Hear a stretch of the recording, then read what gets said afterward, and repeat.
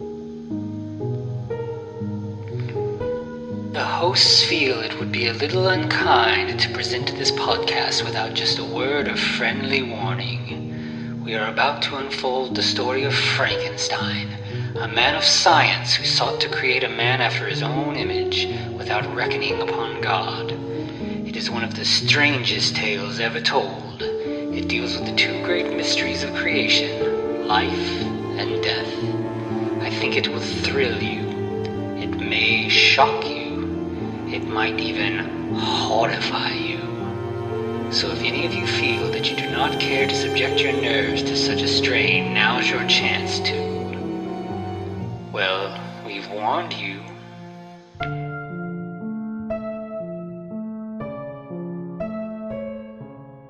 Hello, and welcome once again to the Frankencast. I'm the mad scientist, Anthony Bowman. My pronouns are he, him, and I'm joined as always by... the prosthetic body of your supervisor, that is, Eric Velasquez. My pronouns are also he, him. Yeah, so we're back with a semi-new release, new-ish this year at least. May 2023. Yeah. So this is Jung-E, which was Korean, I believe, right? Yes, South Korean, absolutely. South Korean. Yeah, and I whenever I saw it, I'm like, is this like about a bunch of archetypes? Kind of, sort of, but not really? Yeah, I was actually thinking about that. Like, this movie, this was kind of like, this was on Netflix, or is still on Netflix, and it kind of like came out in the midst of like, there's been kind of a Korean boom on Netflix between like Squid Games and all of that. Yeah, absolutely. And the K-dramas and all that stuff. Like, they're doing some good TV, right? Mm-hmm.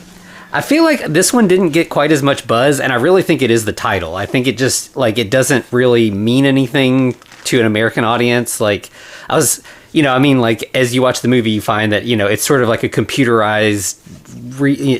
this woman's name was Jung-Yi, and they, like, kind of made it... It's basically Megan with a 3 as an E, but exactly. Obviously Jung-Yi is not a name that instantly, like, clicks with, the average American viewer. Yeah, and I have a feeling it probably does have a double meaning in Korean, that name just doesn't register. Yeah, I think so. Which is a shame, because I think this is a really, really good movie. It really is, actually. Like, there's some weird storytelling choices that they made, and, like, when we get into it, we're gonna mention that. Like, honestly, right here at the very beginning, right? They give us exposition that they're going to give us again later on. Mm-hmm. Yeah. So we probably could have cut that part out and just started in media res, which exactly. It kind of does anyway. Right. Yeah, but I mean, so I feel like what would be a better alternative name for this, like Mother AI or something like that, or Yeah, I mean, it honestly, it feels like kind of almost like a companion piece to the creator in a way. Like it's got similar, but yeah, I mean, like, what do they call? Like, keep calling it combat AI. Like, you could do something along those lines, right? It feels like, what was that movie, the Tom Cruise movie that like ended up with like 2 or 3 different titles? Live, Die, Repeat, or the actual thing was All You Need Is Kill. And then it was like Edge of Tomorrow, right? Yeah, that's what they settled on. Mm-hmm. Yeah. And then, when it came out on video, they just started calling it Live, Die, Repeat, or like that was bigger on the box than the Edge of Tomorrow. Right. But I think it's the title is Edge of Tomorrow, Live, Die, Repeat, The Edge of Tomorrow. Yeah. Which, All You Need Is Kill doesn't really work in English, right? Yeah. Yeah, but it seemed, somebody could definitely have retitled this and made it get a little bit more recognition here in America. Right. So speaking of exposition, do you want to go ahead and hit that note real quick? Yeah. All right, so in the near future, which apparently in the 23rd century, I believe it is, humans move to space colonies. We create Gundams. No, wait, this is the wrong series. Sorry about that. But we do live in space colonies 8, 12, and 13, or those specifically create the, how do they say it, the Adrian Republic? Yeah, I think so. Versus the Adrian Republic? Right. Because there's like the main alliance, and then like, those 3 colonies branch off. Like, they basically like secede from the Union and form the Adrian alliance or Yeah, then they just start attacking fucking Earth and all the other colonies. It's like, maybe you have a few more colonies on your side because there's 24 total, right? Or 25 total. Yeah. Yeah, Right. It seems like, if you're already out in space, just like go out into space. Do what the fuck you want. Yeah. Yeah. But yeah, and they talk about it's climate change, all that, so like there's a little bit of a political message right away in this. But it doesn't spend too much time on climate change stuff, really. Like, it's just that's the justification for why humans have left Earth. No, other than that, I think there's some diegetic storytelling in the fact that you will see cities underwater. And it's like, oh, okay, this is what we did to our planet. Great. Good job, guys. Yep, feels very real. In more ways than one, man. Near the end, ooh, boy, that's going to hit pretty hard for me. And we'll get to that when we get there. Yeah.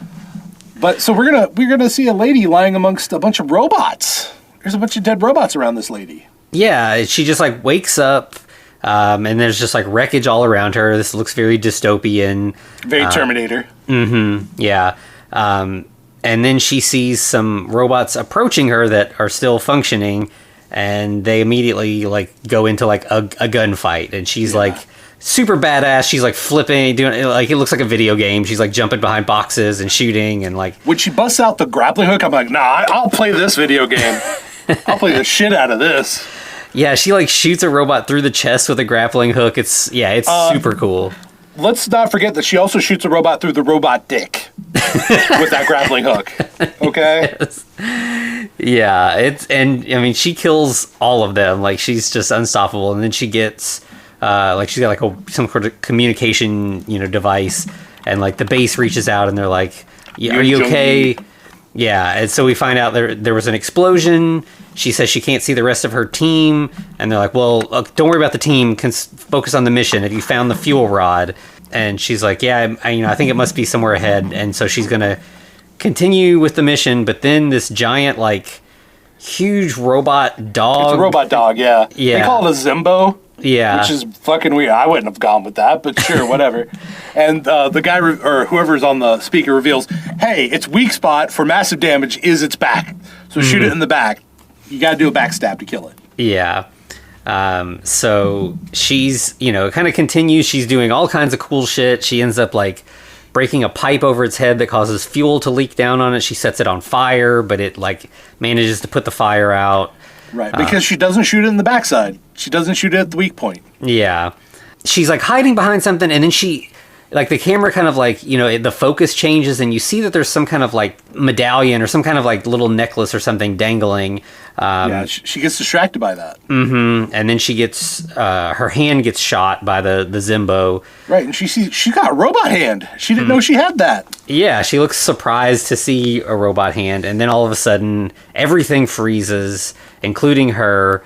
And we discover that we're in the middle of a simulation. None of this was real, except... Right, we're on a holodeck. Yeah, so when they, like, kind of shut it down, you get to see everything that's just, like, this plain room, and you've got the Jung-Yi bot just kind of, like, attached to some sort of, like, system of cables, and she's sort of, like almost like a puppet. Right, and it turns out most of the actual obstacles are just... rods raising and lowering on the floor, which is kind of cool. Mm-hmm. Yeah, it looks really good. Mm-hmm. Researchers come in, they're like, I'm not sure why she keeps failing at this exact same spot every time we run the simulation. Right, she was a legendary mercenary. She should be better than this, right? Mm-hmm. So they, like, download some data from the back of the robot, and they all head out of the facility. And as they're walking, we see that there's countless others of this same exact model. So, right. They're, whatever they're testing, they've got a lot of versions that they're working on. Yeah, when they put her in a lift, she goes into a specific one that disassembles her down to the torso, or the head and torso. Yeah, it goes into like this like little storage room or whatever, and then we see elsewhere the director of this research group is helping to prepare for like a fancy dinner. He's like, he thinks he's really funny, and he's like bothering the wait staff and like making silly jokes and stuff. And there's like some weird piranha thing, and he's like, I don't know if this fish is fresh. It's got a rotten face.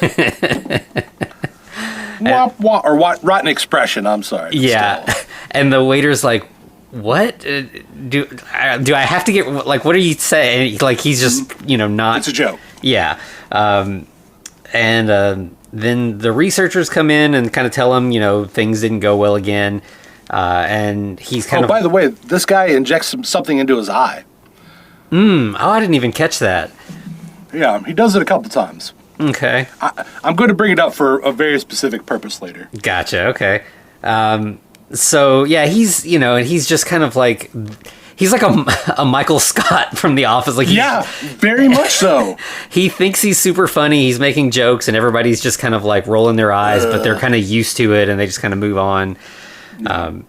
But the whole thing is we're preparing this dinner because, like, the board is going to be coming to, like, find out how things are proceeding with these experiments.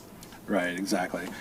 And I believe his name is Kim Song-hoon, which Song-hoon being his technically what we would call first name. Mm-hmm. And he immediately chokes when he's doing the presentation. Like, he's like, I've got all this stuff prepped. And then it's like, and here's what we've got prepared. Show the footage. Yeah, he's so... And, like, the footage is all the same climate change stuff that we were talking about at the beginning.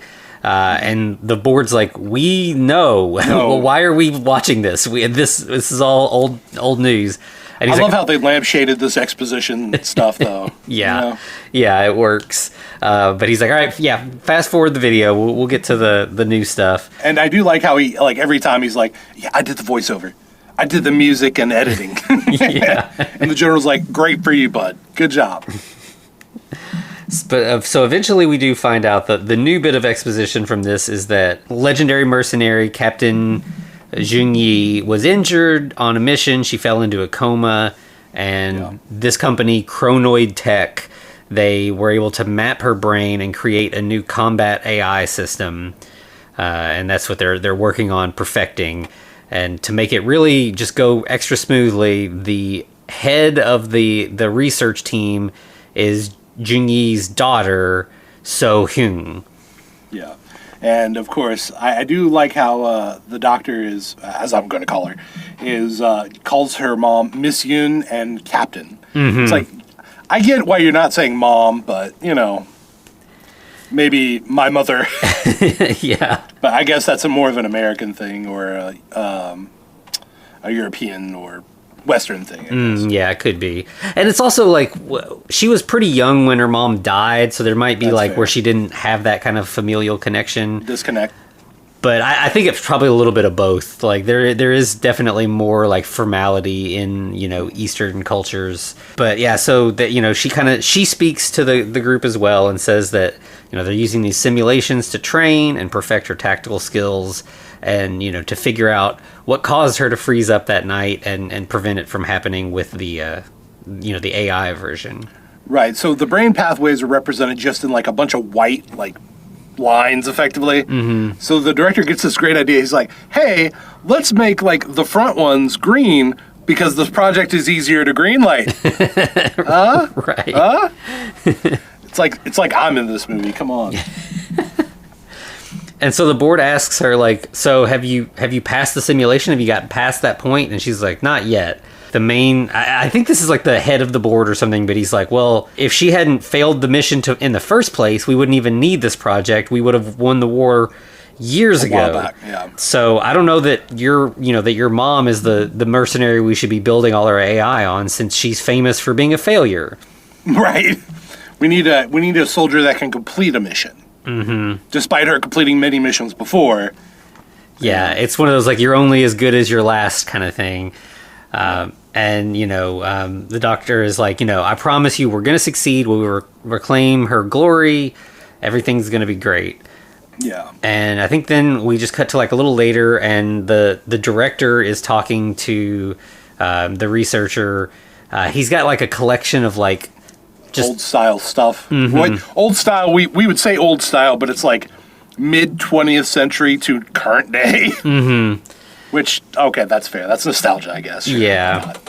And he like kind of continues all of his jokes and stuff, and she's just completely like just doesn't acknowledge them at all. But basically the idea is if we can clear this, last project, this last part of the simulation, the project gets greenlit, we're good to go, we get paid. And this is all for the sake of our glorious chairman.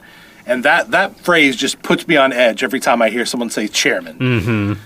Being a student of history, whether officially or unofficially. Yeah. And like he has like propaganda style posters of him everywhere. Like, yeah, it definitely feels... Yeah, they're just one step away from saying a great leap forward, right? Right. And so she's like, okay, well then I will go and I'll process, what we did today and see if we can figure something out, and we'll kind of continue from there. Yeah, but we also learn at this point that the doctor knew the chairman personally, at least to a degree. Yeah, but hasn't seen him in a little while, it seems like. Right. Yeah, exactly. So the doctor does go back to Jung-Yi, goes back to the robot torso and the head of Jung-Yi. And she tries to wake the robot up, and when she wakes, it's still, she's got Jung-Yi's memories and thinks she's human, so she looks down and sees that she's now a torso with no arms and legs. She panics, starts like screaming, and they just have to like shut her down and destroy her because like they can't really talk to a panicked person that is learning that they're a robot and partially disassembled.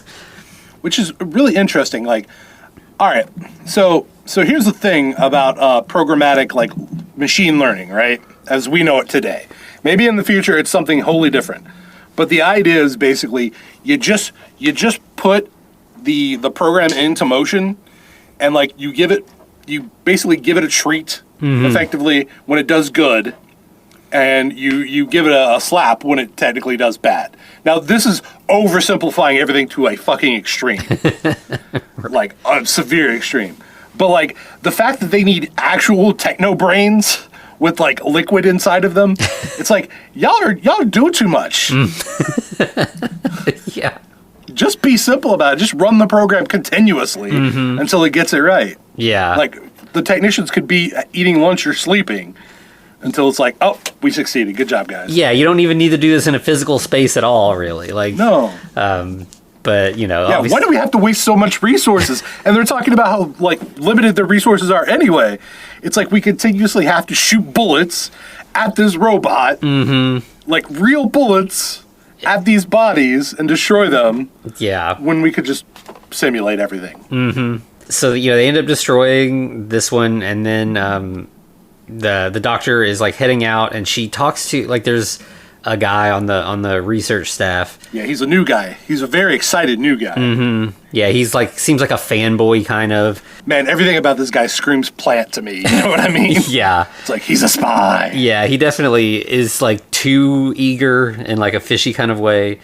Right, well, he even tells her, hey, don't hide anything from me next time. Just go ahead and spill your heart. And she does kind of give him a little, she says like that she grew up really poor and that she had some kind of illness and that was going to require a surgery that they couldn't afford.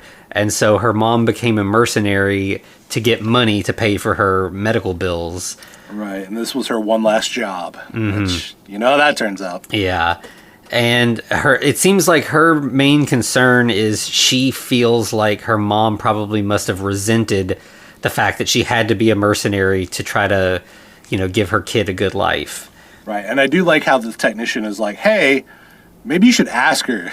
The 17 times we've tried this, you've never thought to ask your mom how she feels? Yeah, I mean, this is a perfect copy of her intelligence. Like, yeah, you could just ask her. Right. And then the doctor's like, hey, I have to go take an ethics test now. And it's like, what? Yeah. Yeah. Hopefully you would have done that when you graduated. Yeah, it seems like there's a mention later where it sounds like they have to take it, like, annually or something. Well, it looks like this is basically a Turing test, right? Like in Blade Runner. Yeah. So she's headed to the ethics test. She's on a train, and she sees a mom and daughter and has, like, a flashback, sort of, like, remembering her mom on the day of her surgery, where, like, her mom, like, she's like, sorry, I'm not going to be here for the surgery, but this is my last mission. When you wake up, I'll be there, and everything will be good again. Right. Give me a one of our legendary cheek rubs. Is this where we see the doll, or is that a little later? I think she does present the mom with the doll, yeah. Yeah. I mean, it's more clear later on, but, Yeah. all that. then we just are, with her at the ethics test after the train ride, and it's all like, like you said, it's not actually about ethics. It's about confirming that these aren't robots. So it's a bunch of very strange questions. Did you have an emotional response? Did you have a pet dog, and did you love it? Mm-hmm. Or what did you name it, or something like that? There was one. My favorite question was, have you ever written a poem longer than 3 lines after looking at the sunset? Very specific. That is a very specific question. I mean, me personally, I'm going to go with, longer than 3 lines? Maybe a line. Yeah. And so then afterwards, she's talking to, a doctor, and they're like, your cancer is back. Right. Specifically states that it's metastasized. By the way, if you hear that, that's pretty much as bad as it gets. It means the cancer's traveling all over your body. Mm-hmm. Yeah, she says it's spreading everywhere, and So Hyung is like, so how long do I have? And she's like, yeah, maybe 3 months. Right. Which, oh no, that's rough. Yeah, and she's like, I would recommend a brain transfer right away. And this is where prosthetic body. Yeah, so we finally get a little bit of backstory here about how this Jing-Yi thing happened. There are 3 options for brain transfers. You have right. Here's your capitalism, folks. Mm-hmm, for real. You got type A, which basically means you have all rights. You are considered a human in the eyes of the government. Mm-hmm. And it's pretty much the best of the best. You can't afford that, Doc. Sorry. Even though you work for the company that makes the fucker, you can't afford it. Right.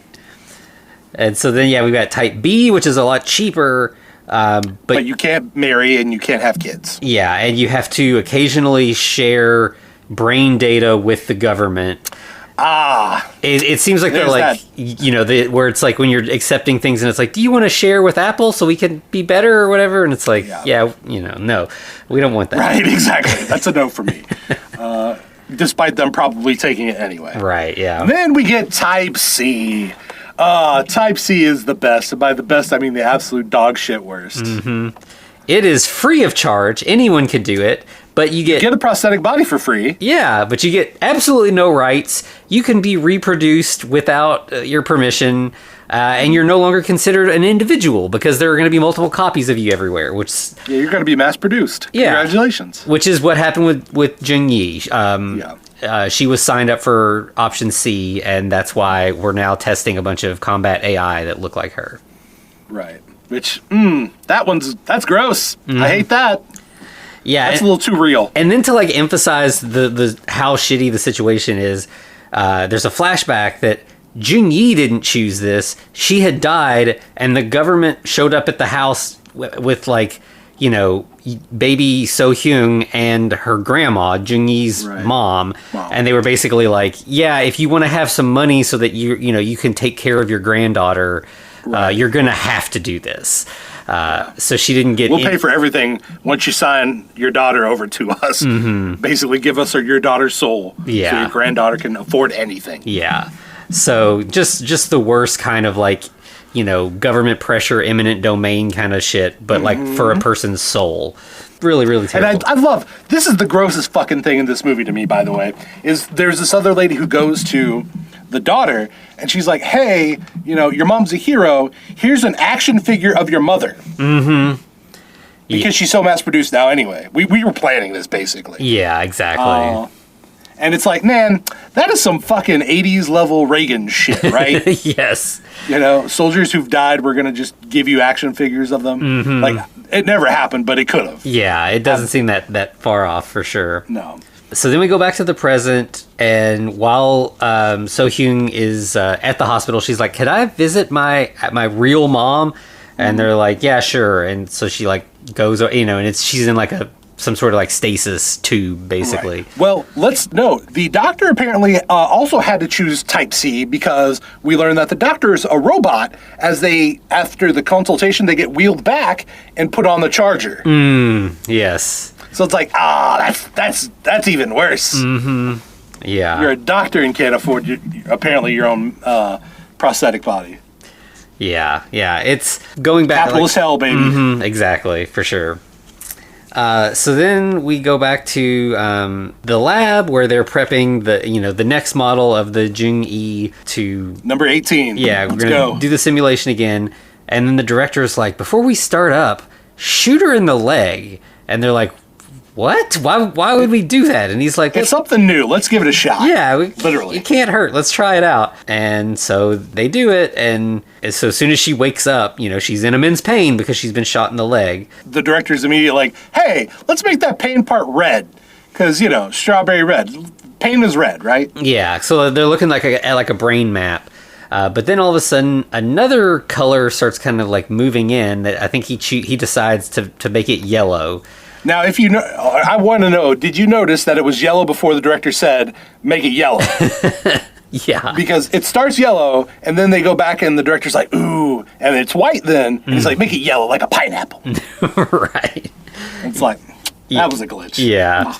But so, there's this new sort of like neural pathway opening up that they're like, well, we've never seen this before, so maybe the gunshot wound open something up. Maybe this is helpful. Let's also explain that, basically she starts off in a disadvantage, right, with the leg shot, or the gunshot, and it looks like she's just going to die immediately. And they're like, all right, let's write her off. And that's when, at the last possible moment, that's when the yellow starts kicking in. It's kind of like maybe a desperation. She hit a limit break is what happened. Mm-hmm. And she's suddenly doing... Kicking all ass. Yeah. The director's all excited, but then... She does get brain panned. Yeah. She gets killed with a headshot, so he's all, disappointed. That was really promising, but we need more research. That didn't... Right. And because we're not running this in simulation, we have to recover what's left of the fucking brain. Mm-hmm. Exactly. So then it's a little later, some of the our main Chronoid crew people are headed to a presentation. They're supposed to be presenting to the chairman. The director's all nervous and excited, being his kind of awkward self. This is where we see that most of this area is underwater, and there's this weird anatomical statue thing. Mm-hmm. Yeah, everything, it's very future dystopian kind of situation. But so they get off of an elevator, and when they get out, there's this woman there who is she's just laughing. Yeah. She's cackling. Yeah, so we find out she is the director of product development, and she's like, yeah, the chairman's not here. You're going to be meeting with me. And the Chronoid director is like, no, I'm not. Why? Yeah, I don't want to have anything to do with you. We're not with product development. We're, military tech. It's a whole different avenue. And she's like, oh, sweetie, you don't understand the military-industrial complex. Yeah, everything's a product. Yep. And yeah, she's just really strange and kind of cruel. Eventually, I think the director's like, no, we're not meeting with you, we're leaving. And so they just head out. They never really have this meeting. And I do love how he flips her off. Well, he's like, yeah, middle finger to you. Yeah. So then we just see back at the AI factory. They're exercising the lower portion of the torso for some reason. Like it's on a treadmill. Yeah, and the director's like, all right, have you optimized the new version of the AI for this yellow area? And they're like, oh yeah, it's much better mapped. We're going to encourage development of this, whatever these neuropathways are. Yeah, we even got these cool upgraded heads for the youngies. Yeah. But before they can do the test, someone comes in and tells the director that the chairman is on site. He's actually in the director's office and wants to meet right away. Right. And also, one thing that I did forget to mention earlier that I was saying that I was, on the train right there, the director also does an eye drop in his left eye, I think. Okay. So the director and the doctor are kind of talking as they're walking, so very... what is it, West Wing? Yeah. Aaron Sorkin, Aaron Sorkin, yeah. They talk about the ethics test, how hers went and everything. But all of a sudden, the director freezes in place.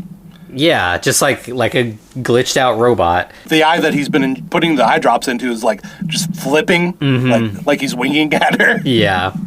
And then the chairman steps out and is like, we're going to be shutting down this project soon. Combat AI is no longer needed. There's war treaties being signed as we speak.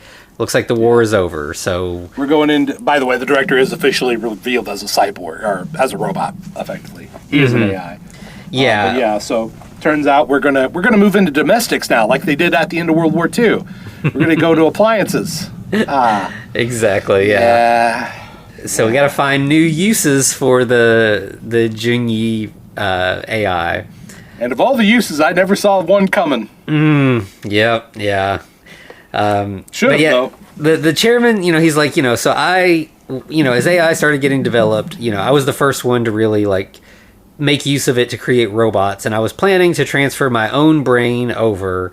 So I could live forever. Yeah, but once I created the system, I couldn't bring myself to transfer into a fake body. It just didn't feel right. So I've just been keeping this Song Hoon bot as a pet, basically. Then he wakes him up, and he's like, "Oh yeah, you guys can head out." And the director, of course, is confused. He doesn't remember anything that just happened. Yeah, he's like, "Well, we're going to have our meeting," and the chairman's like, "Yeah, I just wanted to see the doctor. We're good." Yeah. So he sends them out, and then it's like a little later. They're doing the next simulation with the Jung-Yi AI, and this one again fails.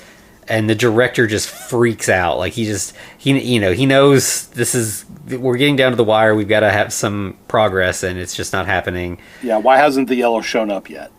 Or again? Yeah, again. So-hyun takes the failed bot to go process.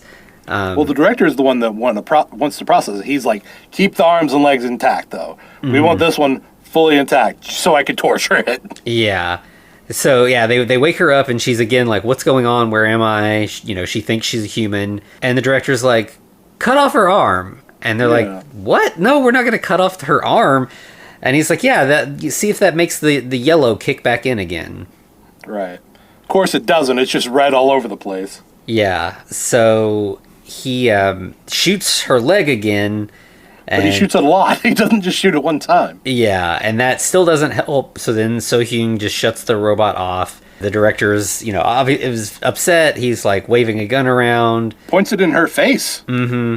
He's demanding that she turn the robot back on. She's like, no, I'm not going to do it. And then he gets a call that the chairman is still in his office and would like to speak to him again. Sounds like you're in trouble. Yeah, so he leaves, and So-hyun tells the rest of the researchers that the project is nearly over and that she wants to collect the data, and we're going to wrap it up. Yeah, send all the data to me. Everybody else leaves, and So-hyun goes into like the simulation room and is like looking at all the data. Like she finds some sort of anomaly in the information that has that other researcher that we that she was talking to earlier. His name is on some bit of code or something. Interesting. So she goes to investigate and talk to this guy, and she hears some loud party music going on. Yeah, and so she goes in, and he has a Jung-Yi sex bot. Yeah. That's the one we didn't see coming. Yeah, they do, they do this pretty well where it's not like we just see her from the back in like, kind of like lingerie or something. But like, obviously, like if you're this, boobs exposed. Yeah, if you're her daughter and you're coming in and seeing that this is the way your mom's legacy is being treated, it's pretty upsetting. She calls the dude a pervert, which, fair. But also he's like, hey, chairman told me to bust this one out and test it myself. So I'm doing what the boss ordered me to do, which doesn't make it right. Yeah. Maybe don't. And he's like, they think this is a new avenue for money making for the company.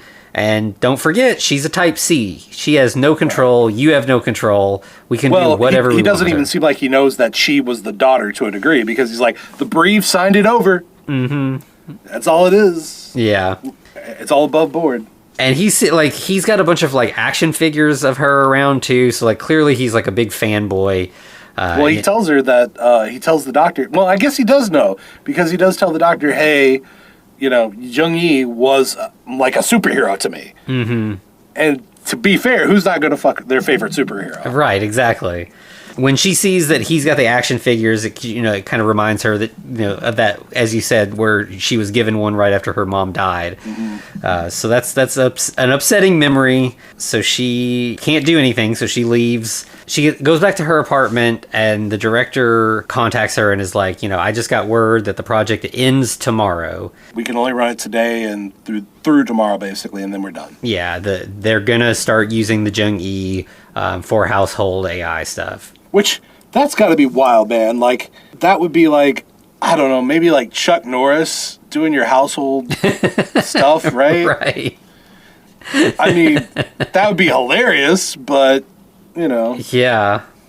When she gets that word, she goes back to the lab and wakes up one of the Jing-E bots, and she's like, where am I? What's going on? And she's like, you were tortured, you were captured, we rescued you, but you're gonna die really soon. You're not gonna make it. So we wanted to like talk to you and get what information we could from you first. Right away, the Jung-Yi is like, tell me about my daughter. Is she okay? Did her procedure go well? That's all I care about.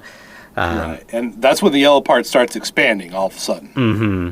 It's like, okay, maybe it's her love for her daughter, which also, this is the future. I'm sure we know more about brains. So I feel like this should have been easy.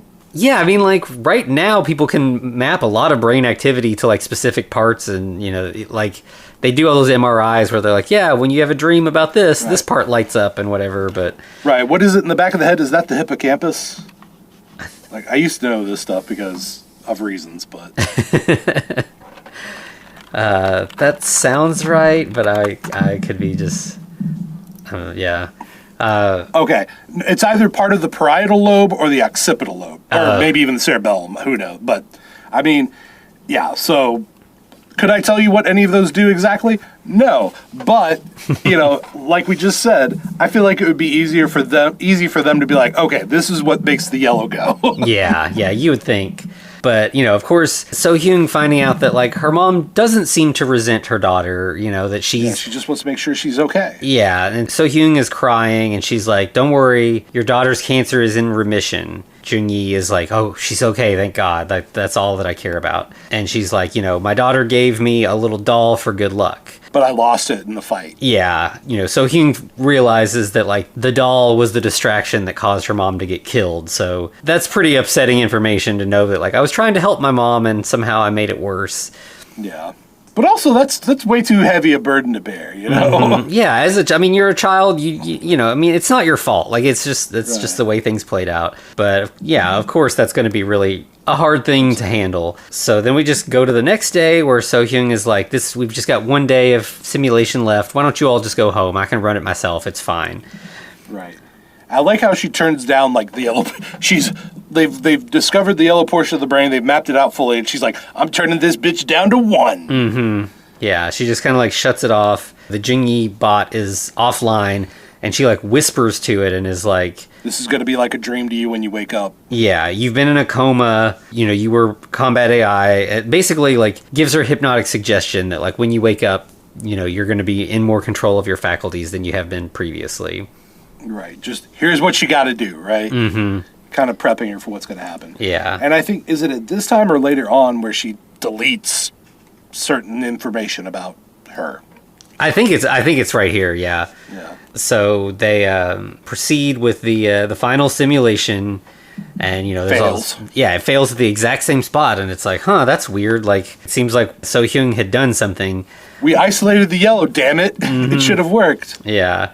And so the director is just kind of like makes some, like deprecating jokes about that, right. She's stupid. This is stupid. We're all stupid. Yeah. So he leaves, and then the researchers disconnect the final bot from the simulation thing. And as they're kind of like escorting the robot out, she kind of like, her eyes move. Like she kind of... Right. When they would be like gray, they're just eyes now. Mm-hmm. Yeah, and they kind of... She's awake. Yeah, she like looks at So-Hyun as they're like escorting her out. But the director's like, wait a fucking second. Something's off about that last video. Mm-hmm. So let me go check that out. Yeah, he watches like the instant replay, and when they slow it down, it turns out that she took a dive. Yeah, like the shot that usually hits her actually missed, and she just fell over and made it look like it hit her. Yep. All right, let's hit the buzzer alarm. The shit's off. Mm-hmm. We're calling in the cop bots. Yeah, so as soon as the alarm goes off, the Jing-Yi AI like comes to life, attacks Starts the kicking guards. ass. Yeah, does all the cool shit she was doing earlier, but now to like real guards, and manages to escape. Yeah, director calls for all the other combat AI to be prepped and ready.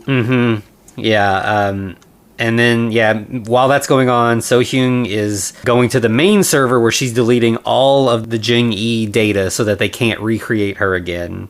Right. We see Jung-yi enter this warehouse that's full of versions of her that have not been used. So there's just a bunch of like standing frozen copies of her everywhere. Right, but the AI ones that they send out basically are skinless and hairless.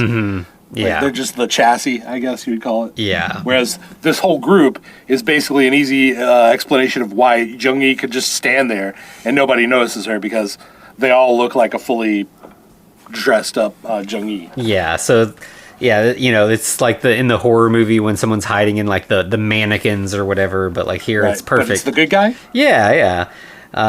So she's just hiding, and then some combat AI come in, and of course, they have different perception than humans do. They figure out which one is the real Jung-yi, and another big fight commences. Oh yeah, that's interesting though. That this one Jung-yi can effectively kick all their asses. Just because her daughter's information has been removed. It's like, that's kind of a weird message, Right, yeah, like getting rid of her, like any kind of sentimentality. Yeah, humanity. Yeah, which is a weird thing gift for her daughter to have given her. One of the robots rips off her arm, and then she like flips around and like kicks off its head. And then another one does get her like down and is like choking her, which seems, it doesn't seem like That's weird, yeah. Yeah, she would breathe at all. Well, it's an excuse for the doctor to run up and hit its off button, right? So she's been saved by her daughter, sort of. And she's, So-hyung is like, we're in this together. But then a bunch more combat AI appear. These are the more police bots. And they manage to kill the Jung-yi bot. Like there's just too many. Oh no, that's weird. Why would they just kill her like that? Yeah.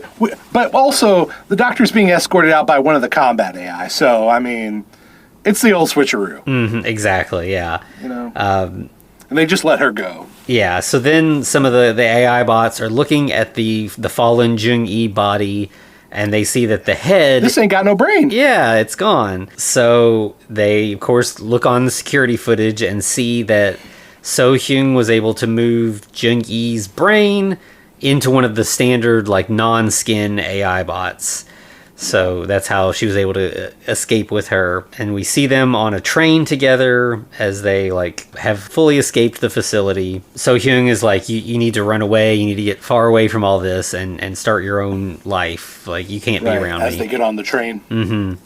Well, it turns out we got somebody else on this train. Yeah, the director is there, and he's like, you have betrayed the chairman, and, pulls a gun and is holding it on So-hyung. Jung-yi is going to try to stop him, but he's like, you move one step closer and your daughter dies. Right, but of course, Jung-yi's like, what daughter? That's weird. Why would you say that? Yeah, So-hyung is like, joke's on you. She has no memory of having a daughter. She's free. Right. And then he's like, oh, well, fuck it. Shoots the doctor. And Jung-yi attacks him anyway and manages to like tear his face so that he now knows he is a robot as well. Right, and he loses his shit at this moment. Maniacal laughter literally on the screen. And she's like, yeah, you're just the chairman's little toy. That's fair, but he goes into asking, if I figured out I was a robot, I would also start springing off the walls if I could. Yeah. Just give it a shot. Right. The only thing that prevents me now is knowing that I'm a meat puppet. Exactly. Yeah. Yeah. So now we've got this like super kick-ass fight because we've got two combat bots that now know that they can fight without injuring themselves. Yeah. And one's got nothing to lose, and the other one doesn't know they have anything to lose. Exactly. Yeah. There's other combat AI swarming in as well, and again, Jung-yi is just like fucking them all up. Like, she's just unstoppable. But the real fight's between the director and Jung-yi. That's like the boss they're battle. They're just there to die. Yeah, exactly. And they do a bunch of cool fucking moves with that grappling gun. Like, the director, he's like leveled up his grappling gun ability. Okay. Yeah. Yeah, the fight ends with like the last train car that they're in gets kind of detached and is like going to roll off a cliff. Yeah, they clip another train somehow. And so the director is like falling to his death in the train car as So-hyun is able to fire a grappling hook that Jung-yi is able to catch and like pulls her to safety. Aw. And then, of course, because to know that the director's dead, big explosion on a train car with just a robot inside of it. Right. Okay. Yeah. Maybe the walls are made of explodium. Once they're like safe, So-hyun is like, you've got to escape before the police arrive. I'm begging you. You need to think only of yourself. You're free. And besides, I don't have much time left anyway. Right. And I think Jung-yi's kind of like, what was that shit he said about my daughter? Yeah. The doctor's like, don't worry about it. Go on. Yeah. So they hug and Jung-yi escapes. She does the snuggle. Mm-hmm. She does the... Yeah, the cheek rub. And then, So-hyun is just like sitting in the train crying as Jung-yi flees into the forest. She says, I wish you the best of luck, Mom. And we just see the last shot of the movie is just the Jung-yi bot standing on top of a mountain looking out at the wide open world and all the possibilities ahead of her. Yeah, kind of abrupt ending. I mean, this has been, going on for a minute, so maybe not so much. But we also get the ending sequence of In Memory of Kang Soo-yoon, which was the doctor, which makes it an even more bittersweet moment. And also, that's a weird fucking message, man. Like, what are we saying here? What's going on? Like, the family's not great? Like, this is a very not American message. Mm-hmm. Yeah, it is strange. Like, because the memory of the daughter would have been the thing that fixed everything, right? Exactly. Yeah, it is very, very odd. Like, comparing it to the creator is strange because it's like the course of the creator, it's all about the AI becoming more human, and that's what makes them better and makes humanity better is like building this relationship with AI, like this partnership. Versus just being afraid of it and trying to stop it. Yeah, and then here it's like the exact opposite, where like somehow humanity is the weakness that has caused all of the problems, and that that So-hyun erases herself from her mother just to like help her thrive. Usually, it seems like when we see stories about AI now, they are sort of parables and fairy tales. That's why we talk about them here, is because it is a Frankenstein type of thing where we're using these like created lives to talk about the human condition. Right. And this one is like, I don't know if the message is what it seems to be, or if it's, it feels like this is not a movie that doesn't have a message. Like, it definitely feels an intentional thing. Yeah, I just feel like they got it backwards, right? Because what's the point of just having it's effectively just a combat bot out in the wilderness. Mm-hmm. Yeah. That's it. Yeah, it has nothing to live for, nothing to like thrive for. Right. And technically, her mom's still alive, just in a tube. Mm-hmm. Yeah, exactly. It seems like we had that. It was like building the like this yellow neural pathway is like positive memories and seems to be like seemed like a power up, right? That seems like the direction the movie should have gone, or like I could see where So-hyun would be like, no, I'm going to erase that yellow part to free her from being a sex slave / domestic servant bot or whatever. But here's the problem: they already have that feature. They didn't kill the guy who basically was working on the sex bot feature. Right. Yeah. He's still around. Yeah. So what did you do? Exactly, yeah. That's she's still a Type C personality. They still have all of that access. I mean, well, So-hyun probably deleted most of it, but still, there's copies elsewhere, man. It's like, you can't tell me there's not. Yeah, I mean, they definitely have the rights to her likeness. They can definitely make physical versions of her.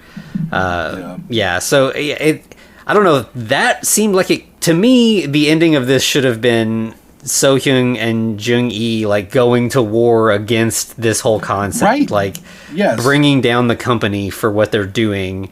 Right. I feel like this. Okay, if this was made in America, right? So we probably have seen this a billion times. So maybe it wouldn't have been that amazing. but the chairman would have been the guy who betrayed Jung-yi at the very end, and he's the reason why she failed the mission. But then he went back and he was like, yeah. She's just a failure. She sucked. So sell her likeness and make me rich. Exactly. Right? Yeah. And they would have went, like you said. So basically, Battle Angel Alita was the better version of this. No, it's not the better version, but the message is more coherent. Yeah, I agree. It's a similar message, just a little bit. Yeah. Damn it! I wish there was a sequel to that one. Anyway. Yeah, it's not a bad movie. It's just fumbles a little bit here and there. Yeah, it's an interesting movie, and I'm always open to watching movies that have messages that don't necessarily resonate with me if they're well done. And yeah, this is like it's really, really, it looks great. The relation, like, I mean, the So-hyun character, like the emotional resonance of that character and like her just suffering, feeling like she's the cause of her mom's death, or like her mom, feeling neglect. She's almost kind of more of the Frankenstein monster in a way, in that like she feels like, her mom abandoned her via death, but that like she then is left not knowing how her mom felt about her. Why did she do what she did? Why am I alone? And this is a very solid anti-Frankenstein in that the daughter is really the creator and the mom is not, or is to a degree. Yeah. And I like that aspect of it a lot. I think getting rid of emotion stuff, it feels weird, doesn't really ring true to me. But like we said, I don't know if it is a cultural thing or just that this creator, had this vision and wanted to tell this story. And if so, I think they succeeded at what they were doing. It definitely is worth a watch for sure. Yeah, maybe that's what it is. It doesn't hit American sensibilities. It's like, throwing off the yoke of family is a freeing experience, whereas the Western society is like, no, that's supposed to help. Yeah. I mean, don't get me wrong. Yeah, I'm sure, 100%. Like.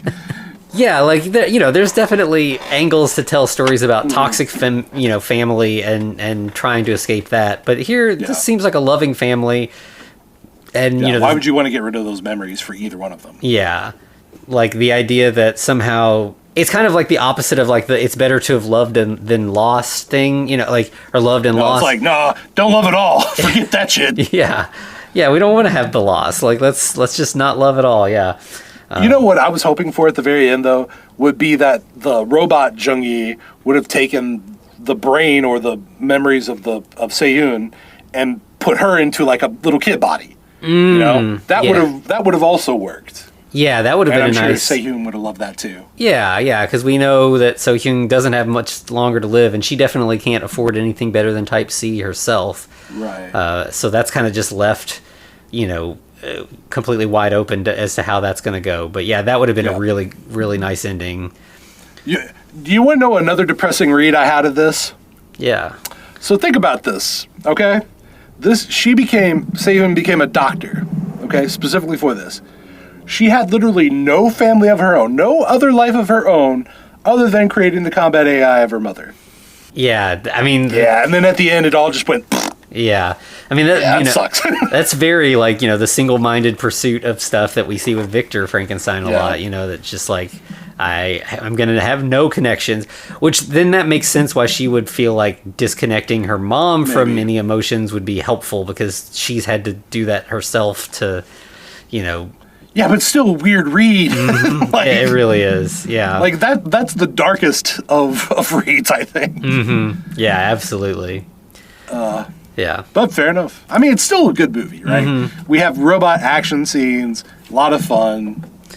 Yeah, there's definitely some heavy emotional stuff in it. It maybe comes out differently than you would want or think it would, but yeah, it's got drama and action and cool fight set pieces, and the hologram room is really cool. All the weird rods that come out of the floor.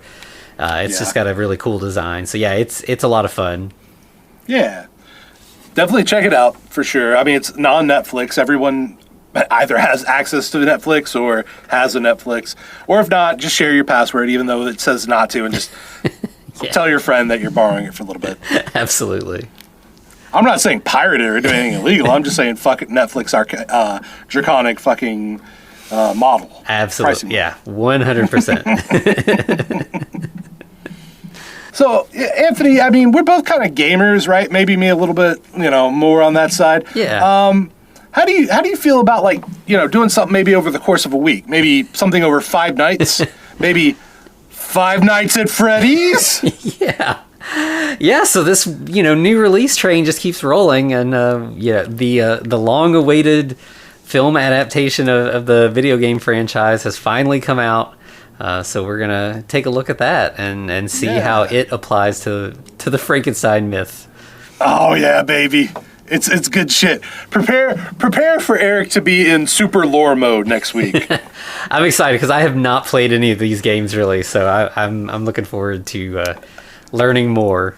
Let's do it. All right. Well, Anthony, where can they find us? So you can find us on all the socials at The Frankencast. You can email us at thefrankencast@gmail.com. You can find us over on YouTube, and you can find us at patreon.com/thefrankencast, where we're wrapping up the first season of the original Munsters and getting ready to maybe explore the some more recent Munsters material. Even more recent. Slightly more recent. That is a phrase for sure. I love it. All right. Well, anything else we got to say? I think that's it. Well, in that case, to be continued.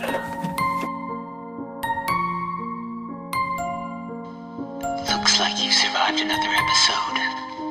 The Frankencast is a production of FCR Media. It's hosted by Anthony Bowman and Eric Velasquez. Follow us on Twitter at The Frankencast, or send us a letter at thefrankencast@gmail.com. Our cover art is by Amanda Keller. You can find her at Keller Illustrations on Instagram. Our theme music is by Vivek Abhishek. Thanks for listening.